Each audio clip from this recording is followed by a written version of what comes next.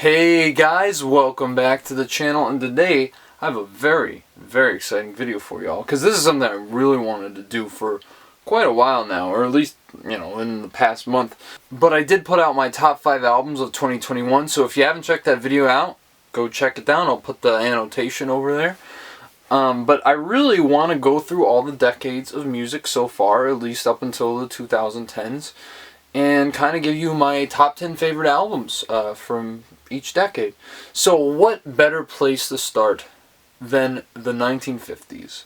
The decade that really started what I think was the most integral decades of popular music to follow. Because before that you had like your crooners and just some artists here and there, but they were just songs. And granted, the albums in the 50s weren't necessarily, well, not all of them were necessarily cohesive projects that kind of, tell a story or anything like that. But there were collections of songs.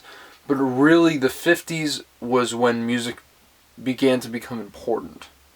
At least what we still look at today in regard as such. So I think this is the perfect opportunity to look at my top 10 albums from the 1950s. And first I'm going to start off with some honorable mentions, which I'll put on the screen.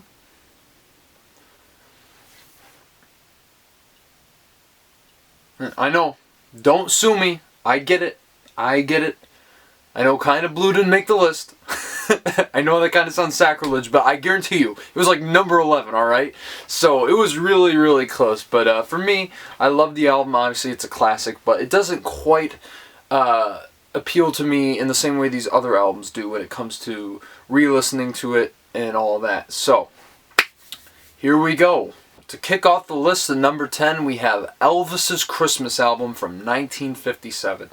I mean, let me preface this by saying this is not the last time we're going to see Elvis Presley on this list. But man, I mean, this is just screams Christmas classic just from the opening track of Santa Claus is Back in Town, which is just such a blistering blues number, especially for Christmas, where you don't really get many songs in that vein or that style. But when you hear, well, it's Christmas time, pretty baby, and Elvis just comes in with that ever so iconic voice. I mean, that just is the definition of a Christmas classic. But even so, you have beautiful renditions of I'll Be Home for Christmas and White Christmas, which, I mean, was so controversial at the time, I guess, that Irving Berlin, the songwriter of White Christmas, tried to have Elvis's version banned from all the radio stations. Yeah, that was kind of how big of a deal Elvis was back in the day. And looking back, it's like, was this guy just wanted to sing a nice rendition of a classic Christmas song? I mean, what's the big deal? But even so, it's a great interpretation of it. And then, of course, you have other classics on, like his rendition of Here Comes Santa Claus, which is great. And, of course, Santa Bring My Baby Back to Me, which is just a Christmas classic in its own right, written by Jerry Leiber and Mike Stoller. Just incredible. And, of course, we have to talk about the timeless, the essential recording that is Blue Christmas. Obviously, everybody knows the song. Everybody and their grandmother, and then some. And, I don't think you can really top Elvis's rendition of the song. He brought something so primal to that song. I don't think any artist ever did after, and I don't think any artist ever will. And so then you get the second side, which he has renditions of Old Little Town of Bethlehem and Silent Night, which are great. But then they threw on the last, actually the whole EP of Peace in the Valley, which was all just hymnals and religious songs. And it makes sense considering the context of the holiday and Jesus Christ and all of that. But it doesn't really live up to the first half of the album. And that's fine, because the first half is all the rockabilly blues stuff that you'd expect from Elvis. But it does kind of create a nice contrast. But even so, despite it kind of dropping off at the end, this is definitely a classic album. This is a classic Christmas album for sure. Now, at number 9, I have the debut album by Miss Nina Simone, Little Girl Blue. Now, I remember the first time I heard this thing, and I was flabbergasted. There aren't many singers that just, like, touch you deep down in your soul have such a primal instinct into how to relate to their audiences emotionally. And Nina Simone had that voice. It was just incredible. I remember, it just really sears inside of you. I remember the first time I heard this, which, I mean, just from the opening track, which is the jazz rendition of a track called Mood Indigo. And her piano playing was just immaculate. But then you get into songs like the title track, Little Girl Blue, which I forgot what Christmas song it plays an interpolation of. But man, it is just... Oh, it's Good King Wenceslas, that's what it is. And just her vocal phrasing, that deep, rich alto voice, which almost a baritone voice. That's how low her voice was. You can't mistake anybody else for Nina Simone when she's singing. And it just really, the really deeply introspective lyrics about love and heartbreak and neglect, it just really reached inside of me in a way that not many records do, especially for the 50s, because a lot of these songs were, you know, fairly light. Like, you know, I had Chuck Berry singing about Johnny B. Good, you know, becoming a star or whatever. It wasn't really anything like super substantive, but this, I mean, this really just gets you. And I mean, there's so many great renditions of songs in here, like Don't Smoke in Bed, He Needs Me. I mean, the list goes on and on. But really, if you guys haven't checked out Little Girl Blue, do yourself a favor, go listen to it. You'll be thanking me later. This is an incredible debut album. Now, at number 8 on my list, it is the only album on here from an artist who's actually still alive. So I don't know if that narrows it down at all. But man, let me tell you, this record is amazing. It is the first platinum-selling LP in history. And of course, I am talking about Harry Belafonte's Calypso. I mean, there's so many things you can say about this album and just its place in music history. Not just the fact that it was the first million-selling LP, but the fact that Harry Belafonte brought Calypso music and brought it to a mainstream audience, mainly white, and just made it so accessible with his beautiful voice, which I just think he's such an underrated vocalist. I mean, really just incredibly talented. And of course, you have the iconic classic Banana Boat, the Deo song, which, you know, everybody knows from Tim Burton's Beetlejuice, was sort of immortalized with that dinner scene. And yeah, I mean, it is such a great track. But then you have songs like I Do Adore Her, the second track on here, which I forgot who was singing background vocals with him, but him and Belafonte are doing like vocal crossings, which I just love when artists do that and are able to pull off these very intricate harmonies at the same time. And then, of course, probably my favorite song on here, Jamaica Farewell, which is a classic in its own right, just incredible. But the humor here is also really, really great, like on Will His Love Be Like His Rum, which features flutes kind of sprinkled throughout the entire track and throughout this album too, like on the Jackass song. But man, I mean, this really is so interesting musically, because it really is just a bunch of acoustic guitars and then some other instruments thrown in here and there. But I think that's what's so appealing about it. And of course, there's so many great ballads like Come Back Liza. But the other thing that's so brilliant about this album is how subtly Harry Belafonte kind of talks about issues like colonialism and racism and all these sorts of things, which obviously we know he is a world-renowned civil rights activist who marched with Martin Luther King Jr. and all these guys back in the day. So he really knows what he's talking about. And I mean, the song Man Smart But Woman Smarter, I mean, that could be one of the first feminist songs in history. This was 1956. You know what I mean? It's just incredible what he was able to do. And of course you have tracks on here like Brown Skin Girl, which is talking about miscegenation in the 50s. I mean, really a radical idea at the time, especially like when the 60s, when Harry Belafonte was on TV and, you know, I forgot who it was, but they touched a white woman touched his arm. And that was controversial. But man, this is just such a groundbreaking album. It's so much fun to listen to. You get so many layers out of it, whether it be the humor, the messages, the emotion. It's all there, easily deserving of the first million-selling LP, and definitely a classic. I mean, Harry Belafonte is a living legend. 94 years old, just incredible humanitarian, and also a great artist in his own right. Alright, and for number 7 on my list, I have White Christmas, or Merry Christmas, which I like to call it, by Bing Crosby. I mean, talk about seminal Christmas albums. I know we were already talking about Elvis's Christmas album earlier, but this is what I think of when I think of Christmas. Is I think of Bing's crooning, soulful voice, and just his recording of White Christmas may be the best Christmas recording of all time. I mean, I don't think that's a stretch at all. I mean, it was the best-selling song of all time, and it still might be. I'm not entirely sure, but this thing is just compiled so well. Obviously, some of the stuff from the 40s, the production on it is not very good. But you know what? I'm willing to overlook that because almost every single track on here is a classic. Of course, we got the title track. Of course, his version of It's Beginning to Look a Lot Like Christmas. The version of Silver Bells on here, which might be the best rendition of that song in history. I really mean it. The way Bing is trading off these, parts with this female vocalist. I forgot who sang on there. But it is so structured and composed so well that you wouldn't expect it to turn out that way. But yeah, it really is.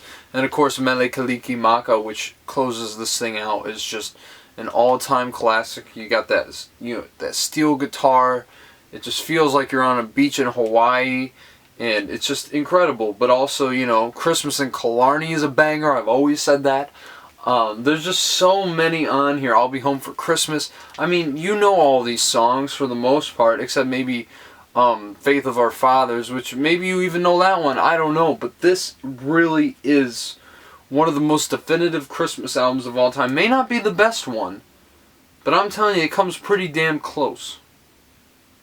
For number 6 on my list, I have another seminal rock recording, and of course, that is the debut album of Little Richard. Here's Little Richard. Now, I started listening to this when I really first got in my musical journey fully, when COVID came around, and I remember the day Little Richard died, as I'm sure a lot of you did, because it was only like almost 2 years ago, which, I mean, me saying that just kind of seems surreal that it's been that long.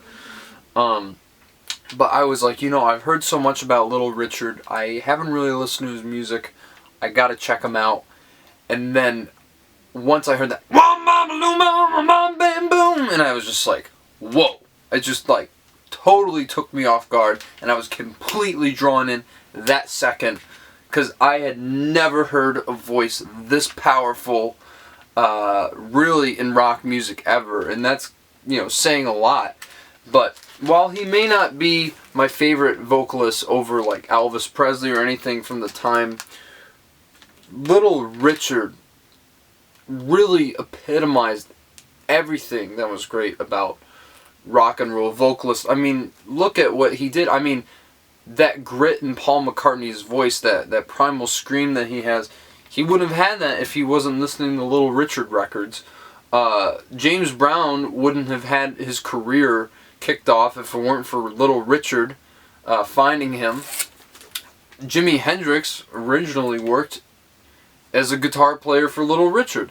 So you got to think just the influence of him alone as a historical figure, but also just as a formidable talent as a piano player. But yeah, I mean, his vocals really shine on this thing. And Tutti Frutti is one of the greatest songs of all time, as you probably know. And also you have songs like underrated gems like True Fine Mama, which is great. Can't Believe You're Gonna Leave. Ready Teddy. Of course, Long Tall Sally. An immortal song, if I must say. And I mean, this thing really is, yeah, it's a bit limited in scope, but it's one of those things, I heard someone say this, sometimes you don't really have to be moved by music emotionally to be moved. because this makes me want to move physically every time I listen. I remember the first time I was listening, I was like walking back and forth across my room. I never do that.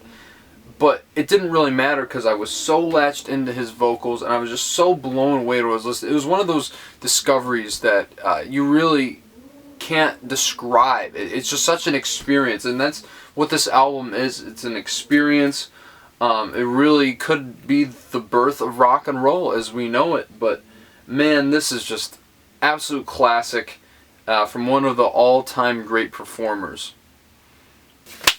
Well, well, well. Finally, we made it to the top 5 of this list, and to kick off at number 5, I have Elvis Presley by Elvis Presley.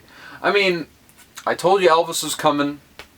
Here he is again, to no surprise, but really this record came at the perfect time.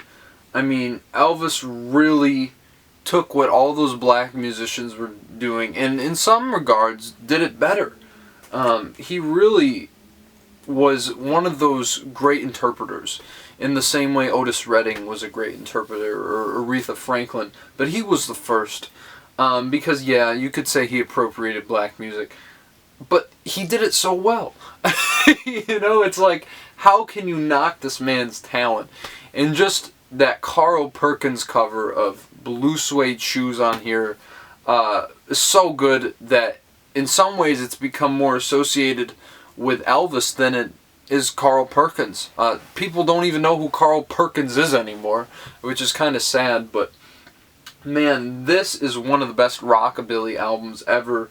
It really kicked off so many. It was the first million-selling rock album, I'm pretty sure. I mean, because besides Calypso, which I talked about earlier in this video, I mean, there wasn't really anything selling like this album-wise. It was all about the singles.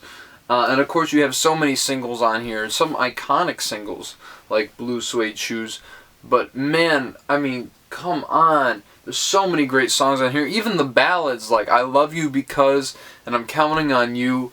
I know a lot of people aren't really into them, but I dig them because it really shows how diverse of a vocalist Elvis was. Because a lot of people kind of give, you know, slag on Elvis because, oh, they say, oh, he's overrated. But listen to what he does on Blue Suede Shoes and then listen to what he does on Blue Moon.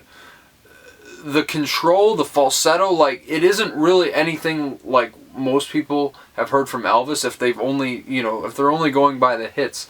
They haven't heard everything that's here. There's some great covers too. I love his cover of I've Got a Woman by Ray Charles. His Tutti Frutti cover, not as good. I mean, you can't measure up to Little Richard's, and he's a little out of tune and whatever. But there's so many classics on here. I'm going to Sit Right Down and Cry Over You is really great. Just Because I absolutely love, and it has that rockabilly beat with Bill Black on the bass that Paul McCartney now owns. You know, it's just, and Scotty Moore on the guitar. I mean, how much better do you get for a rockabilly guitarist than the legendary Scotty Moore? Really, this broke Elvis out into the forefront. It's one of the best album covers of all time with that font that was reused by The Clash for London Calling. I'm very, very familiar with this record. I could go on about how great it is, but you guys know Elvis. He's one of the most iconic figures in history, and this is what really started it all right here. And at number 4 on my list of the top 10 albums of the 1950s, Elvis's Golden Records. Yeah, I know, another Elvis record, whatever, you know. I swear, it's just a coincidence. Or is it? I'll let you decide. But basically, this record is very, very important for one of many reasons. Well, one, because it has almost all of Elvis's iconic recordings, at least the bulk of them. But this is the first rock and roll greatest hits album. And so it really does have some historical context there as well.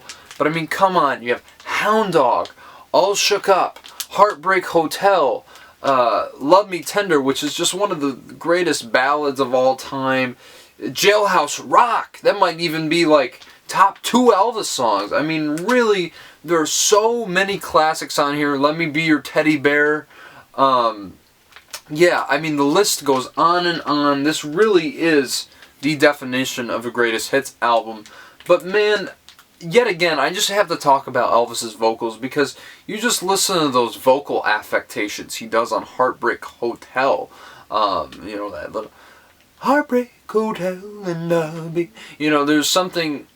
I think Robert Plant said that there's something so animalistic to his voice. And I think that was the appeal, and of course the image and everything, and him shaking his hips. I mean, you know, you all know the story if you know your history at all. And I mean, obviously, you must if you're watching this video, because why else would you be here? I mean, if not, just get the hell out of here. Actually, I don't mean that. But you know what I mean. I mean, this really is the definition of iconic. Once again, Elvis Presley.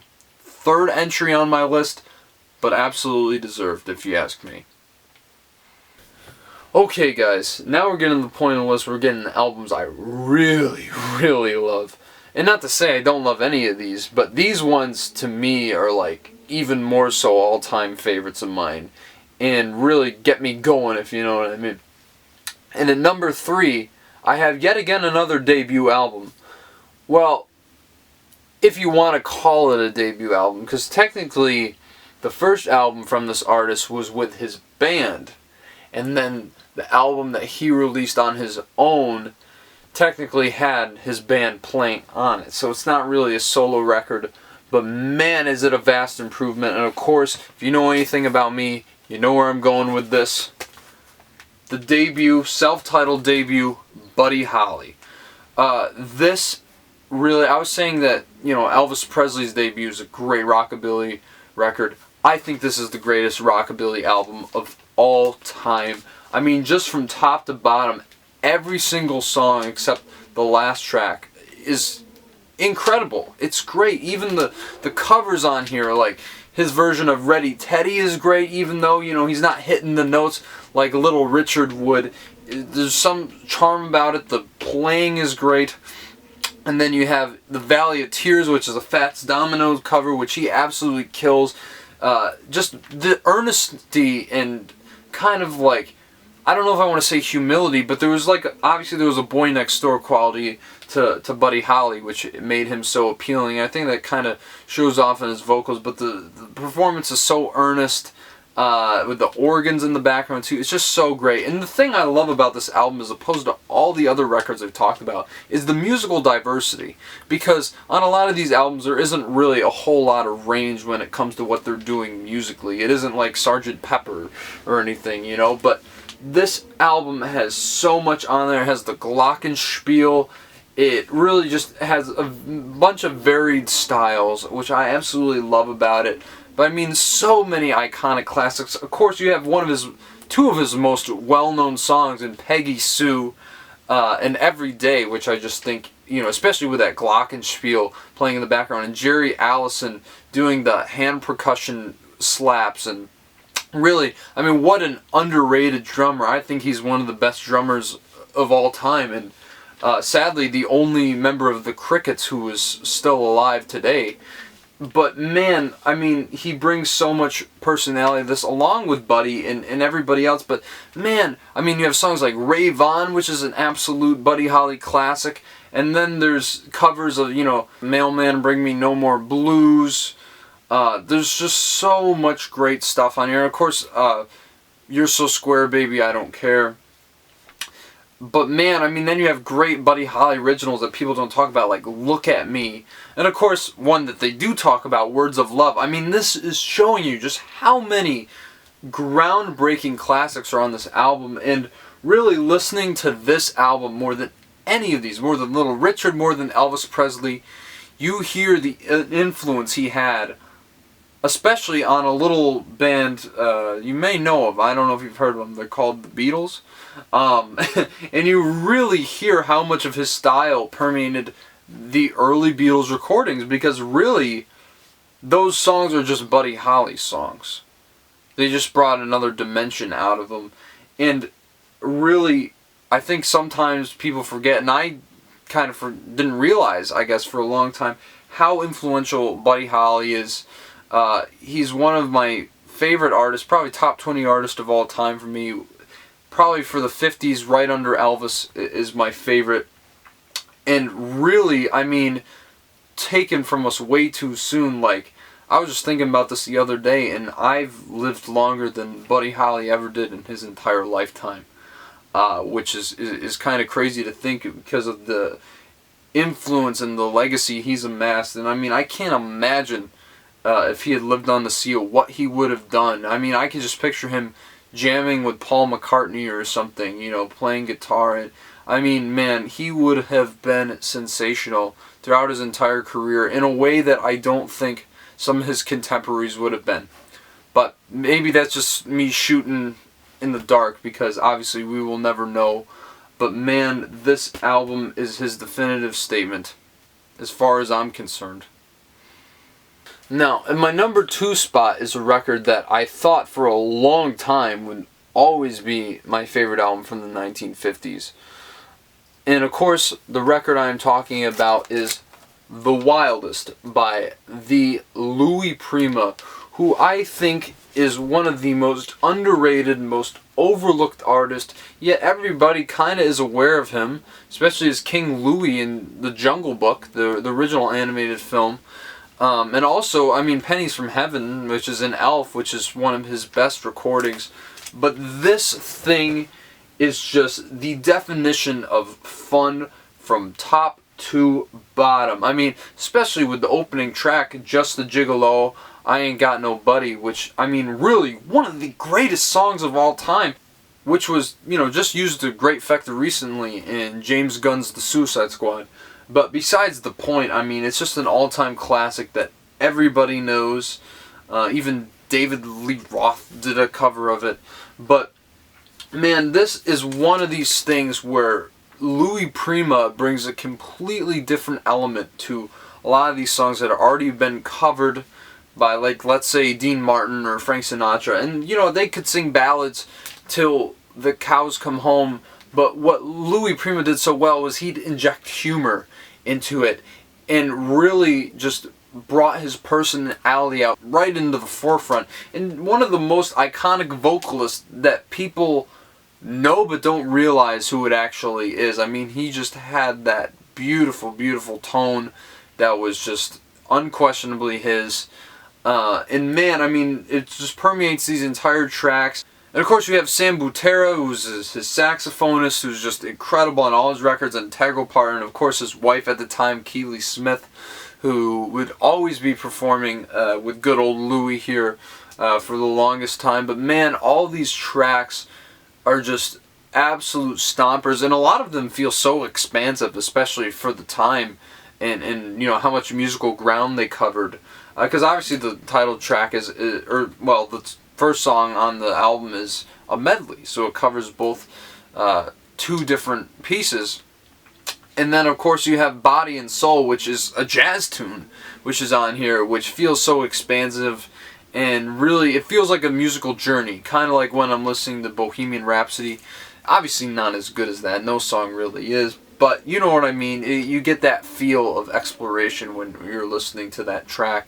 And of course, the beautiful thing about this album is how he embraced his Italian roots, because artists were discouraged at the time from embracing their ethnicity. And then here comes Louis Prima, who's just proud to be Sicilian, and he's like singing in Italian on here. I mean, you get so many, or Sicilian, you get so many great moments of just pure musical ingenuity with a great band to back him, and just some absolute iconic classics. I mean, really, this is one of the most fun albums. It's only 32 minutes long. It feels like a breeze when you're listening to it, and I just can't get enough of it. It is definitely top 50 albums of all time for me, and I think it's going to stay that way for a very long time. And now, we have made it, guys, to the number 1 spot of the top albums of the 1950s. And at number 1, I have Mingus or as I like to call it, Mingus And this album came out the same year as Kind of Blue, and obviously doesn't get as much recognition, which it absolutely should. But something about it, because Kind of Blue kind of goes on and you know, it's very, very, you know, it's modal jazz. They're kind of going all over the place improvising, and it's great. I love Kind of Blue, as I stated earlier. But the thing that feels so great about Mingus is just how accessible it is and how structured it is. Because Kind of Blue doesn't really feel structured to me, and it really probably wasn't. I mean, this was Miles Davis's dip into a whole new field in music, which is great in its own right. But, I mean, just listening to Better Get It in Your Soul, that riff gets stuck in your head. I want to say the